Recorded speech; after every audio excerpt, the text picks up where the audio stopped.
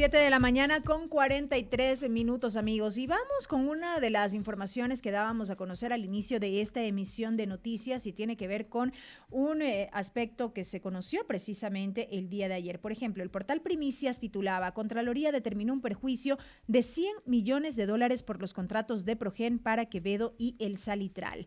Según esta nota periodística, la Contraloría aprobó el 21 de julio el informe de auditoría efectuado a los contratos adjudicados por la Corporación Eléctrica del Ecuador, CELEC, a la empresa estadounidense Progen para la instalación de las centrales termoeléctricas Quevedo y El Salitral.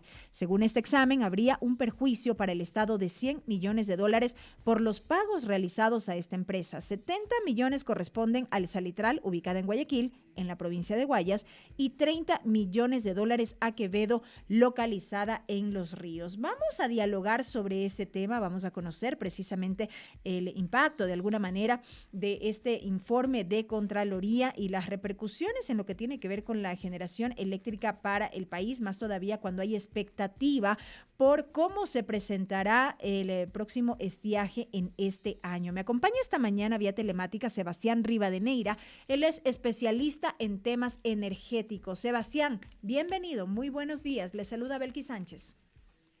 Muy buenos días, estimada Belki, y a toda la ciudadanía de la radio municipal.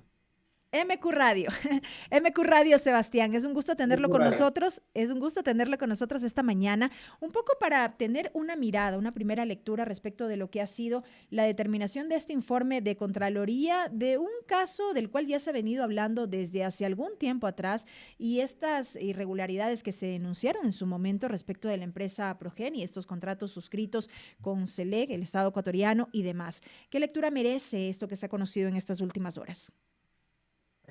Bueno, primero que la justicia tarda, pero llega. Y al hablar de la justicia tarda, pero llega es porque existía ya un malestar dentro dentro del sector eléctrico ecuatoriano, hablando sobre la clase trabajadora y también sobre el personal administrativo, por cómo se estaban llevando o cómo se estaban ejecutando las políticas a cargo de quienes han sido separados de parte del señor presidente. Tuvieron más de un año las autoridades del sector eléctrico para solucionar en parte esta grave crisis y bueno, esto se verá reflejado nuevamente en el estiaje que viene el próximo año, pero sobre todo la decisión que le hizo tomar al presidente la separación de Calero y toda su gente es por los indicios de tipo penal, ya que Contraloría en los informes que hasta el momento ha aprobado, así como también se aprecia en los borradores, hay indicios de tráfico de influencias. ¿Y por qué tráfico de influencias? Porque desde que inició el proceso con la declaratoria de emergencia estuvo mal hecho. La comisión que aprobó y calificó las ofertas ignoró que habían otras empresas que tenían mejores condiciones técnicas y financieras para poder afrontar este tipo de proyectos y sin embargo no se las fue tomada en cuenta. También es de extrema responsabilidad de los directores, de los gerentes de unidad de Termopichincha y Electroguayas de en su momento, el haber firmado estos contratos cuando no existían las especificaciones en cuanto a fechas de entrega, los hitos de cumplimiento de cada uno de los pasos de las obras y sobre todo el no haber exigido todas las garantías que pide la ley. ¿Cómo es posible que una empresa renuncie a un anticipo para evitar el pago de una prima por seguros, pero después solicite dineros de hasta un 70% del total de la obra solamente por una verificación, por una llamada telefónica, lo cual eso no es algo técnico, más bien es algo tremendamente irresponsable? Entonces, como esta cadena de eventos se vienen dando de abajo hacia arriba, de abajo hacia arriba se tiene que ya no solo investigar, sino que los implicados se les ha recomendado en varios medios de comunicación que se acojan a una cooperación eficaz, es decir, a la delación, porque ya están siendo investigados y la fiscalía va a ser, esperamos que vaya a ser implacable al momento de determinar estos supuestos delitos, porque lo que hace Fiscalía es eso, determinar delitos, investigarlos pues llevarlos ante la justicia. Entonces, si es que estas personas que están implicadas delatan de quienes recibieron las presiones para firmar estos contratos y llevar a lo que en este momento ya está determinado, un perjuicio para el Estado, estas centrales de generación no ingresarán en el tiempo oportuno, no ingresaron en el tiempo oportuno que fue el año anterior, peor lo van a hacer en este año. Está detenido, está con un arbitraje y esto pues claro, mancha la gestión, en este caso ya del gobierno que pues confió en estas personas y que le han causado este daño al país y por una buena decisión han sido separados definitivamente, pero todavía hay más gente que tiene que ser separada porque la estructura que dejó establecida el ex viceministro Calero con todos sus colaboradores, muchos de ellos todavía se encuentran en la SELEC y en puestos de decisión, en puestos burócratas, y la verdad, si es que esta gente continúa así, el sector eléctrico continuará estancado y en la crisis que estamos viviendo.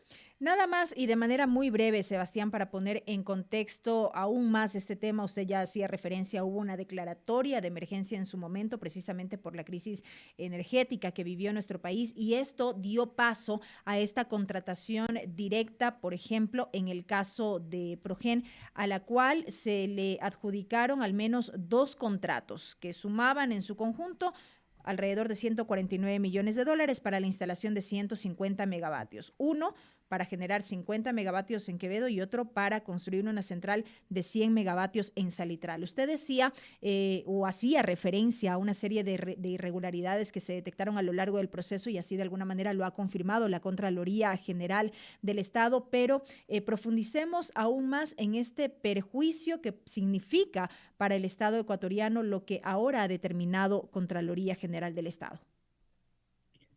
Más o menos tendríamos que estimar que por cada 100 megavatios térmicos que ingresan al Sistema Nacional Interconectado, son unos 40 a 35 minutos menos de apagones, lo cual en algo hubiese ayudado a la situación que ya se viene en octubre.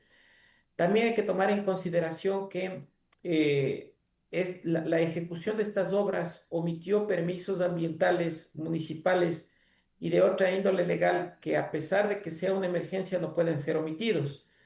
Y también hay algo muy importante, la Contraloría debe de ejecutar una pericia técnica en el orden de la ingeniería mecánica, civil, eléctrica y electrónica y otras áreas también de la ciencia, en donde se determine cuáles son exactamente los motores a los que con los números de serie que llegaron alterados, cuál es su procedencia, cuáles son las horas de operación que ya tuvieron estos equipos usados y de cierta manera este peritaje determinará el avalúo real del costo de esos equipos, cuál es el avance de obra y sobre todo determinar ya las responsabilidades exactas de él o los fiscalizadores y de él o los administradores que aprobaron el avance de las obras sin tomar en consideración este tipo de restricciones.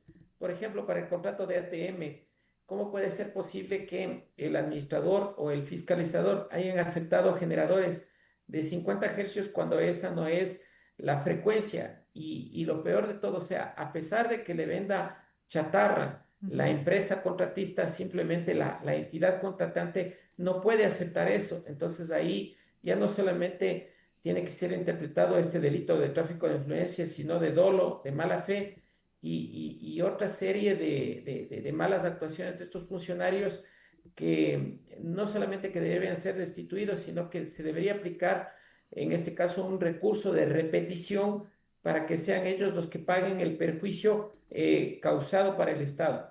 Otra de las situaciones que tiene que observar, en este caso, Contraloría, son cuáles otros contratos están vinculados o derivados a las autoridades que salieron del sector eléctrico. Por ejemplo, tenemos que Progen había contratado con la empresa distribuidora de Loja por la central térmica Catamayo alrededor de 20 megavatios. Igual están en la misma situación y todavía o sea, no hay un pronunciamiento oficial Ujú. porque están haciendo el examen una vez que se ha adelantado, pero de este tipo de contrataciones irregulares, todavía hay muchas que la opinión pública no las conoce y que deberían ser reveladas. Entonces, cuando ya hay una infección en uno de los contratos, pues tienen que investigarse todos los contratos, al menos que han sido gestionados por las anteriores autoridades. ¿Hay resultados de este informe como sanciones administrativas, civiles e inclusive indicios de responsabilidad penal? Lo señaló así el Contralor General del Estado. Días atrás, la semana última, recordamos las declaraciones de la ministra Inés Manzano en el sentido que anunció la separación de varios funcionarios vinculados a estos contratos de generación eléctrica. No obstante, el mismo Contralor manifestó que se debe establecer estas sanciones a nivel jerárquico superior, por ejemplo, no solo a los mandos medios de la empresa contratante, que en este caso es SELEC. El momento en que empiece a haber la delación de los involucrados desde la comisión que calificaron los procesos, quienes lo aprobaron, en este caso los gerentes de unidad, son gente leal a Calero. Y al ser gente leal, pues ellos difícilmente van a arriesgarse a delatar a quienes les presionaron. Pero creo que esta es la mejor recomendación porque de lo que yo he visto aquí en el Ecuador, solamente pagan el 10% de la condena. Sin embargo, eso no les exime de pagar las multas que está alrededor de los $130.000, más las glosas que llegarían aproximadamente a unos $70 millones.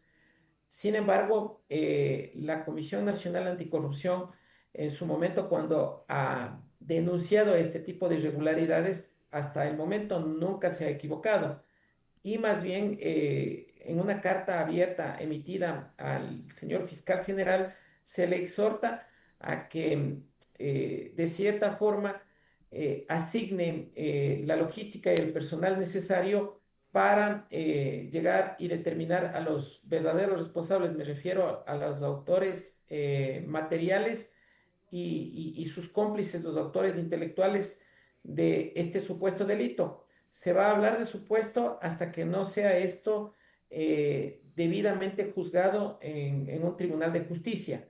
Sin embargo, en este momento la ciudadanía está a expectativa de los actos urgentes que deba realizar Fiscalía, no solamente con allanamientos, sino con la impedida de salida del país de algunos de estos funcionarios que en caso de que abandonen el país de manera adelantada, pues prácticamente se estarían evidenciando que sí tuvieron mucho que ver. Aquí no se trata de persecuciones políticas, porque recordemos que estos funcionarios fueron parte o fueron funcionarios del actual gobierno y que traicionaron no solamente la confianza del presidente, sino también de todos los ecuatorianos. Entonces aquí hay un llamado urgente más bien para que se hagan las pericias de orden técnico que servirán como evidencias en caso de que existan ya los procesos judiciales debidamente calificados, instaurados y que entren lo más pronto a ejecución de llamamiento para audiencia. Y lo último, Sebastián, y me quedan apenas un par de minutos, más allá de todo esto, que tiene que manejarse por cuerda separada, evidentemente, en el ámbito de la justicia como tal, el país que respecto del próximo estiaje que se avecinaría en los siguientes meses. Tenemos aproximadamente unas 10 semanas en donde todavía va a haber una estabilidad hidrológica aceptable, en donde las centrales hidroeléctricas estarán proporcionando alrededor del 90% de energía del país. Sin embargo, a partir de septiembre empiezan a disminuir los caudales de todos los afluentes, ríos tributarios de los principales ríos de las hidroeléctricas.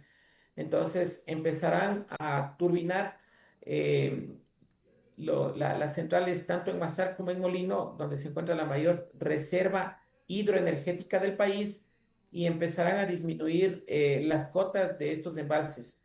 El momento en que la cota empiece a disminuir a más de 50 centímetros por día, más o menos el país tendría una reserva de unos 30 días de energía. Eso significa que durante los meses de octubre y noviembre, Ujú. si es que las condiciones son secas como en el año anterior, lamentablemente entraríamos en racionamientos. ¿Qué sería lo óptimo? Que el momento en que empiecen a funcionar las mediciones y la probabilidad con respecto a los 40 años anteriores, deberán anticiparse los racionamientos de al menos unas 2 horas diarias para evitar que ese embalse se baje de manera abrupta y que el impacto no sea tan fuerte. No es lo mismo racionamientos de 8 horas que de 3 horas. Sin embargo, Y de Sebastián, perdón si me permite, sin embargo, las autoridades y la propia ministra han recalcado que no existirán racionamientos eléctricos. Estas son expresiones que fueron, bueno, fueron criterios emitidos por Calero y su gente, Ujú. en el que con el objetivo de evitar que sean removidos del puesto, estaban dispuestos a decir cualquier cosa con tal de aferrarse al poder. Mintieron al país Entonces, entonces. repítame, por favor. Mintieron al país entonces. Por eso le digo, no solamente le mintieron al presidente, sino que le mintieron al país y hace que se cometan estos errores de asegurar algo con total firmeza de que no va a haber apagones cuando hay alrededor de 930 megavatios de déficit que todavía necesitan ser cubiertos porque la demanda crece año con año, aproximadamente 400 megavatios. Entonces, si el año anterior estuvimos en 4.500, hoy estamos en 5.000 megavatios a las 7 de la noche. ¿De Ujú. dónde van a cubrir toda esa cantidad de energía? De igual manera, vamos a tener que comprarle a Colombia en ciertas ocasiones, ya lo hemos estado haciendo en horas pico, en horas de la noche, y esto la ciudadanía lo puede verificar ingresándose al portal de SENACE en medición en tiempo real. Correcto. Ahí hay una franja de color lila en donde precisamente indica el tema de las importaciones y Colombia. Por suerte, yo creo que sí nos va a poder vender energía porque el último reporte del organismo de control de Colombia, la CRE, indicaba que las reservas hidrológicas de ellos están en los embalses alrededor del 82%. Correcto. Entonces, y Colombia está aproximadamente a ver, ¿cuánto le podría decir? Quizás en unos 12.500, en unos 12.500 de demanda, Ujú. nosotros estaríamos en 5.000. Entonces, como que sí estarían en la posibilidad de vendernos a las horas pico, a pesar de la crisis del gas que existe allá, pudiera ser cubierto. O sea, sí pueden cubrir de acuerdo al último informe de la CRE. Correcto, Sebastián. Con esto me quedo y desde ya le comprometo para sostener estos diálogos más adelante también, conforme avancen estos meses, para ver cómo se ejecutan precisamente estas acciones por parte del gobierno para de alguna manera evitar una crisis energética profunda o grave como la que vivimos el año anterior. Gracias por haber estado con nosotros en esta mañana. Un placer. Gracias por la invitación, Belkis, y a toda la audiencia de MQ Radio. Una gran jornada para usted. Sebastián Rivadeneira, especialista en temas energéticos, en diálogo con la primera emisión de MQ Noticias, amigos. 8 de la mañana con 1 minuto. Aquí nos despedimos. Gracias por haber estado con nosotros. Siga en nuestra sintonía porque ya se viene Juan Carlos Boada. Con usted tiene la palabra.